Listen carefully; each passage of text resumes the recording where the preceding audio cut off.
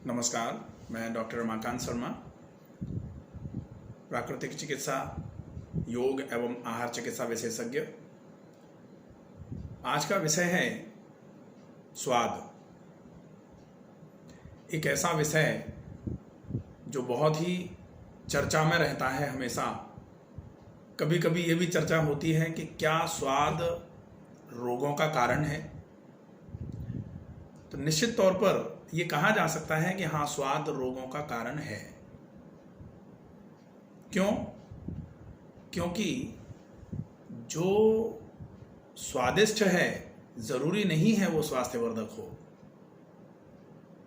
हमें आहार स्वास्थ्य की दृष्टि से लेना चाहिए। और आहार का तो एक नियम है कि आहार स्वाद, समृद्धि और ऐश्वर्य के हिसाब से ना लेते हुए स्वाद, समृद्धि और ऐश्वर्य, ये तीन चीजें डिसाइड नहीं करती हैं कि हमें क्या खाना है। डिसाइड करता है क्या? हमारी शक्ति, हमारा श्रम, हमारा परिश्रम, हमारी आवश्यकता। जिस हिसाब की हो हमें वही खाना चाहिए। वही हमारे लिए एक तरीके से संतुलित भोजन माना जाएगा। हम खूब पैसा कमाते हैं, समृद्ध हैं, इससे अगर हम बहुत गरिष्ठ भोजन करेंगे तो डेफिनेटली गरिष्ठ भोजन हमको नुकसान करेगा। हम क्या कर सकते हैं? हम सिर्फ ये देख सकते हैं कि भोजन अगर हमको गरिष्ठ करना है तो हमारा श्रम और परिश्रम कितना है। अगर श्रम और परिश्रम हम नहीं कर रहे हैं और भोजन गरिष्ठ करेंगे तो वो हमारे लिवर को खराब कर देगा। जो आज हो रहा है कि जिनको ज़्यादा भोजन की आवश्यकता है वो तो कम खा पा रहे हैं, और जो कुछ नहीं कर रहे हैं, जिनका फिजिकल लेबर नहीं है ज़्यादा, वो बहुत खा रहे हैं। तो दोनों ही नुकसान में जा रहे हैं। जो ज़्यादा खा रहे हैं वो भी नुकसान में जा रहे हैं, और जो नहीं खा रहे हैं, जो नहीं खा पा रहे हैं, उनको कमियां हो रही हैं। रोग दोनों तरीके से ही होता है। कमियों की वजह से भी होता है और रोग अधिकता की वजह से भी होता है। अधिकता सर्वे रोगा भलावसा, कमियां डेफिशिएंसी सिंड्रोम्स। तो अब हमें यहाँ ये देखना है कि क्या स्वाद वाकई बीमारियों का कारण है। स्वाद मिलता कहाँ पर है? स्वाद सिर्फ जीभ को मिलता है, और अगर केवल जीभ को स्वाद मिलता है तो हम पूरे शरीर को जीभ की वजह से नुकसान पे पहुंचा दें, ये गलती होगी हमारी। स्वाद सिर्फ जीभ को और उसकी वजह से कष्ट पूरे शरीर को। जीभ कितनी सी है? छोटी सी, 4 इंच की, 5 इंच की, 6 इंच की। और शरीर पूरा कितना है? सिर से लेके पैर तक 5 फीट का, 5.5 फीट का, किसी किसी का 6 फीट का, 6 फीट 1 इंच का, 5 फीट 10 इंच का, 8 इंच का, इस तरीके से। तो छोटी सी जीभ के पीछे पूरे शरीर का नुकसान करवाना, छोटी सी जीभ के स्वाद के पीछे, और वो भी आंशिक है। अभी हमने कोई स्वादिष्ट चीज खा ली, दिन भर उसका स्वाद जीभ पर नहीं रहेगा। तो आंशिक लाभ के लिए, वो भी एक छोटी सी जीभ के आंशिक लाभ के लिए पूरे बड़े शरीर का परमानेंट कष्ट, ये तो फिर यहां समानता नहीं रह गई। तो ये विशेष ध्यान रखा जाए कि हम स्वाद सिर्फ जीभ पर महसूस करते हैं, क्योंकि सब जानते हैं स्वाद की ग्रंथियां जीभ पर ही होती हैं।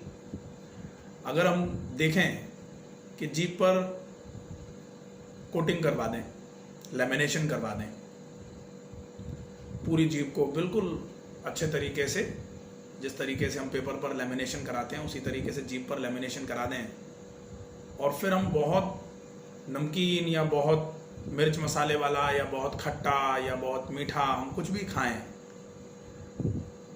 हमको क्या पता लगेगा कि ये खट्टा है, ये मीठा है, ये तीखा है, ये नमकीन है? नहीं लगेगा, क्योंकि जीभ पर हमने लैमिनेशन करा दिया। जीभ पर जो स्वाद की ग्रंथियां हैं, उन ग्रंथियों तक स्वाद पहुंचेगा ही नहीं। जब उन ग्रंथियों तक आहार नहीं पहुंचेगा तो वो ग्रंथियां आपको आभास नहीं कराने देंगी कि आप क्या खा रहे हो, आप कैसा खा रहे हो। पूरा शरीर अगर हम बिल्कुल पूरे के पूरे कढ़ाई में लेट जाएं जाके, सब्जी की बड़ी कढ़ाई में, और फिर हमसे सिर्फ एक सवाल पूछा जाए कि क्या सब्जी में नमक कम है या ज़्यादा है, हम पूरी सब्जी में पड़े पड़े बता नहीं पाएंगे नमक ज़्यादा है कि कम है।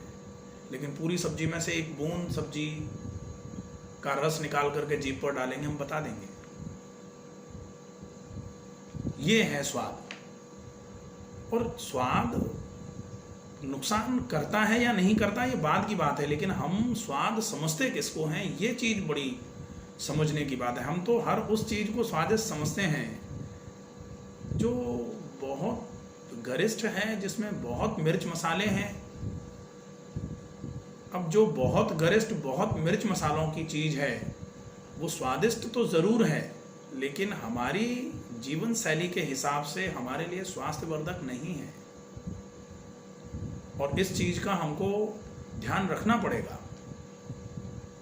अगर जो चीज़ हमारे लिए नहीं है वो हम खाएंगे तो निश्चित तौर पर हम बीमार हो जाएंगे।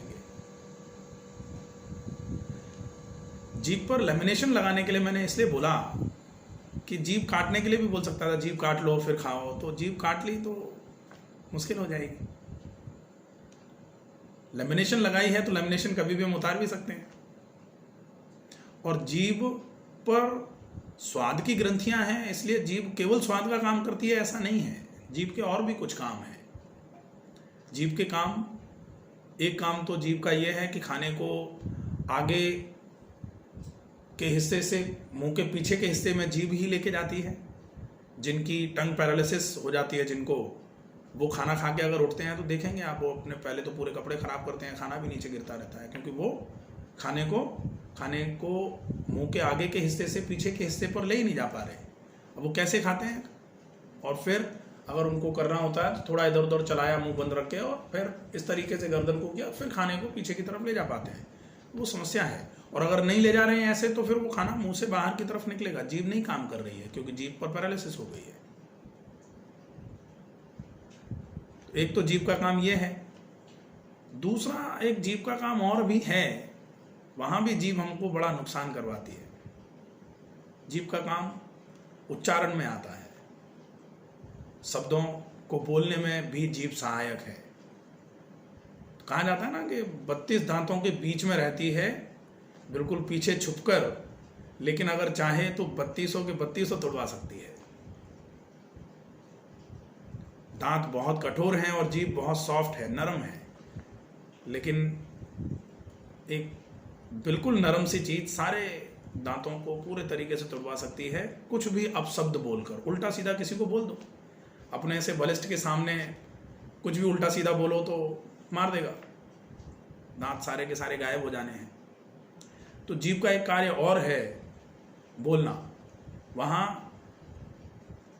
अगर हमने अपने शब्दों पर संयम नहीं रखा, अपने शब्दों पर नियंत्रण नहीं रखा, तो भी प्रॉब्लम होती है। और शब्दों के लिए कहा गया है ना, शब्द संभाले बोलिए, शब्द के हाथ न पाँव, एक शब्द करे औषधि, एक शब्द करे घाव।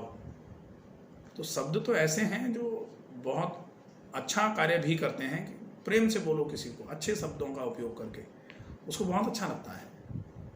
और किसी को बहुत अच्छा लग रहा है, उसको जाके गालियां देना चालू कर दो तो परेशान हो जाता है, दुखी हो जाता है, क्रोधी हो सकता है। ये क्या होगा वो उसके नेचर पर डिपेंड करेगा। अगर वो क्रोधी स्वभाव का होगा और किसी को जाके आप शब्द बोलेंगे तो उसको क्रोध आएगा। तो दोनों ही तरीके से जीभ का ध्यान रखना बहुत जरूरी है कि स्वाद से भी गड़बड़ हो सकती है, और जीभ से अगर मुंह से कुछ शब्दों का थोड़ा बहुत भी इधर उधर करके हमने अपशब्द कुछ बोल दिए तो भी दिक्कत हो सकती है। तो हमें यहाँ बहुत सुधार की आवश्यकता है।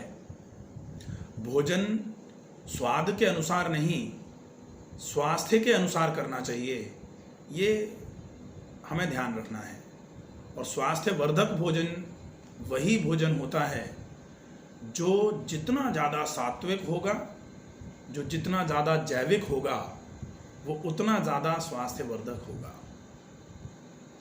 क्योंकि जितना जैविक भोजन होगा उसमें उतना ज़्यादा शरीर में ऊर्जा पहुंचाने की क्षमता होगी, बहुत जल्दी पच जाने वाला होगा। उसको ज़्यादा से ज़्यादा कुकिंग प्रोसेस लगा के उसको तलना, उसको बहुत ज़्यादा उसके फॉर्म को ही, उसके टेक्सचर को ही चेंज कर दिया जाए, जैसे लौकी को उबाल के खाना और लौकी को बिल्कुल तेल में तल के और कोफ्ते बना के लौकी के जो खाते हैं ग्रेवी बना के, तो वो पचेगा कहाँ फिर? स्वादिष्ट होगा ज़्यादा, लेकिन वहाँ नुकसान करेगा वो। इसलिए ये चीज़ ध्यान में रखने वाली है कि भोजन के लिए ये बोला जाता है कि सात्विक भोजन का मतलब है जो चीज़ जिस अवस्था में पाई जाए उसका या तो उसी अवस्था में या फिर उसके स्वरूप में आंशिक परिवर्तन करके उसको खा लिया जाए। आंशिक परिवर्तन के इसलिए कह रहा हूँ कि अगर हम कद्दू प्रकृति में जिस स्वरूप में पाया जाता है उसको वैसे ही नहीं खा सकते, उसको हम उबाल के खा सकते हैं। उसमें थोड़ा मेथी डाल दी, थोड़ा अजवाइन डाल दी, हल्का सा थोड़ा सा सरसों का शुद्ध तेल या गाय का, देसी गाय का शुद्ध घी थोड़ा सा डाल के उसको हल्का सा छौंक दिया, हो गई सब्जी। और उसको आप खाएं। कद्दू, मैंने इसलिए बोला, कद्दू का नाम सुन के लोगों का कभी कभी माथे पर लकीरें आ जाती हैं, क्या बोल दिया। लेकिन कद्दू एक ऐसी सब्जी है जो पेट के लिए बहुत उपयोगी और बहुत ज़्यादा फायदेमंद है।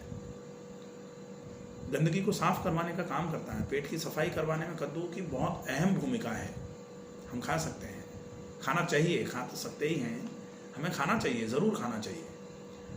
तो ये ज़रूर ध्यान रखा जाए कि हम स्वाद की दृष्टि से भोजन ना करते हुए स्वास्थ्य की दृष्टि से भोजन करना चालू करें, तो फिर हमें ज़्यादा लाभ होगा बजाय स्वाद की दृष्टि के भोजन करने के।